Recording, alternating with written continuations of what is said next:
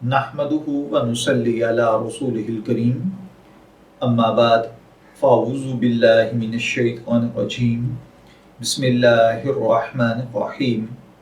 अस्सलामु अलैकुम dear viewers, आपके फेवरेट इंफॉर्मेटिव चैनल शऊर इन्फो से मैं हूं प्रोफेसर शब्बीर अहमद। हमारा आज का टॉपिक है सास का घर का सामान बहू को दे देने का हुक्म।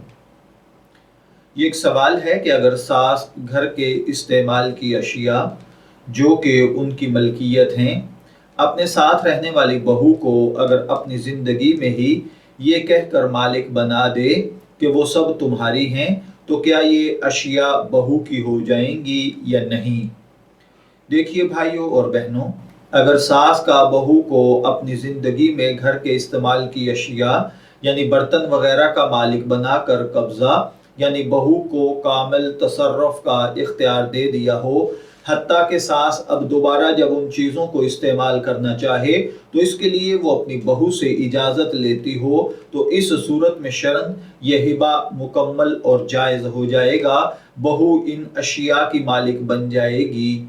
मैं दुआगो हूँ कि अल्लाह ताला हमें इन बातों को समझकर इनके मुताबिक अमल करने की तौफीक अता फरमाए।